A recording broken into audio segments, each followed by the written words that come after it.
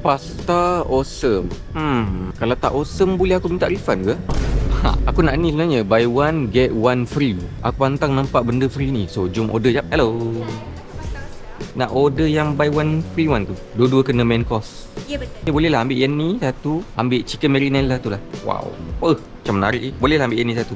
Thanks so very much. Iya. Oh, ini dia punya cheesecake. Signature mango cheesecake. Yang ni dengan ni lah. Alright, terima kasih. Signature pasta grilled chicken chop. Dia ada macam-macam sos dekat sini. Aku ambil tom yum carbonara.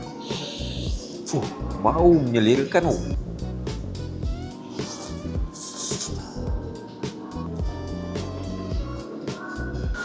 Tak. Ayam lembut, black pepper sauce pun pekat. Ada rasa tom yum tak?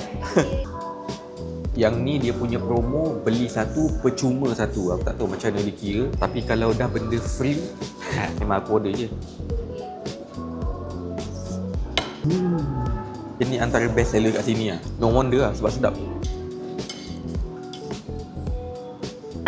Chicken Maryland signature sauce dengan nasi. Besar gila ayam dia.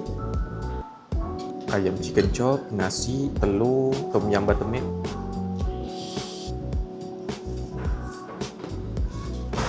Not bad lah. Sedap tu. Try jap sampai hijau dia. Sambil makan, sambil goyang kaki sebab enjoy. Buy one free one. Nice. So far semua sedap lah. Tak ada benda yang nak komplain. Aku senang. Aku mudah je nak enjoy makanan. Kalau benda tu sedap, sedap lah. Sinful mango. Dia buat bentuk rosa kat atas ni. Wow. Try ya. Bismillah. Yang ni durian king. Betul-betul macam durian dia. Sedap. Jadi kalau perempuan dapat seronok dia. Ada rasa durian, tak terlalu manis. Boleh makan sampai habis lah, seorang. Dark chocolate Toblerone. Gila, sedap ke? Dalam dia macam ni, rasa dia agak manis lah. Tapi okey ni, boleh enjoy. Makan sampai habis.